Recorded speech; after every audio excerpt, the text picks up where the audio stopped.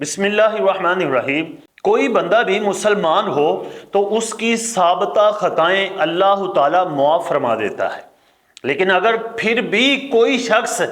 اس کی غلطیاں دہرائے تو وہ خود مجرم ہے، وہ بندہ مجرم نہیں، اللہ رسول اس کی غلطیاں نکالنے والے پر ناراض ہوتے ہیں۔ میں آپ کو ایک ایسی صحابیہ کی بات سناؤں گا کہ جن کی زندگی اسلام کے مخالف رہی، لیکن جب مسلمان ہوئی تو پھر انہوں نے اپنی زندگی نبی کریم صلی اللہ تعالیٰ علیہ وآلہ وسلم کے لیے وقف کر دی، اور ان کے شوہر نے بھی اپنی زندگی اسلام کے لیے قربانیاں دینے میں ہی گزاری، حتیٰ کہ انہوں نے اپنی 2 آنکھوں کی قربانی اسلام کی خاطر دی۔ جی ہاں، میں آپ کو اس صحابیہ کا ذکر کرنے لگا ہوں جس کا نام حضرت ہند یا حضرت ہندہ ہے، اور یہ حضرت امیر معاویہ رضی اللہ تعالیٰ عنہ کی والدہ محترمہ اور حضرت ابو سفیان رضی اللہ تعالیٰ عنہ کی زوجہ محترمہ ہے۔ فتح مکہ کے دوران مسلمان ہوئی، اور اسلام لانے کے بعد حضرت عائشہ رضی اللہ تعالیٰ عنہ روایت کرتی ہیں کہ حضرت ہندہ رضی اللہ تعالیٰ عنہ آپ فرماتی ہیں کہ جب میں مسلمان نہیں تھی اس وقت میں یہی چاہتی رہتی تھی کہ نبی علیہ السلام کو کسی طرح تکلیف دے دوں، لیکن جب اللہ تعالیٰ نے مجھے اسلام کی دولت سے سرفراز کیا، اسلام کی دولت عطا کی، اس وقت مجھے نبی علیہ السلام اور نبی علیہ السلام کے خاندان کو عزت دینے سے زیادہ محبوب کوئی چیز نہیں تھی۔ ایک واقعہ ہے بہت ہی پیارا کہ حضرت ہندہ رضی اللہ تعالیٰ عنہ نے بکری کے 2 بچوں کو بھون کر نبی کریم صلی اللہ تعالیٰ علیہ وآلہ وسلم کی بارگاہ میں بھیجا۔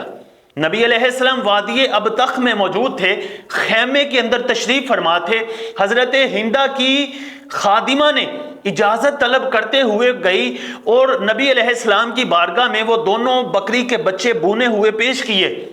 اور عرض کی کہ یا رسول اللہ، بکریاں کچھ کم ہو گئی ہیں، اسی لیے یہی آپ کی بارگاہ میں پیش کی ہے میری مالکہ نے، اور میری مالکہ نے کہا ہے کہ آپ ہمارے لیے دعا کر دینا۔ نبی کریم صلی اللہ تعالیٰ علیہ وآلہ وسلم نے مسکرا کر تحفہ قبول کیا۔ پھر نبی علیہ السلام نے خوشی خوشی حضرت ہندہ کو دعا دی کہ اللہ تعالیٰ ان کی بکریوں میں برکت عطا فرمائے، اور واپس آ کر خادمہ نے حضرت ہند یا ہندہ کو بتایا تو انہوں نے بہت خوشی منائی اور کہا کہ ہماری تو خوش بختی ہے کہ نبی کریم صلی اللہ تعالیٰ علیہ وآلہ وسلم نے ہمارے لیے دعا فرمائی اور اللہ نے ہمیں اسلام کی دولت سے سرفراز کیا۔ میں اللہ کا شکر ادا کرتی ہوں کہ اللہ نے ہمیں اسلام کی دولت عطا فرمائی۔ حضرت ہندہ فرماتی ہیں کہ میں نے خواب میں دیکھا سخت دھوپ ہے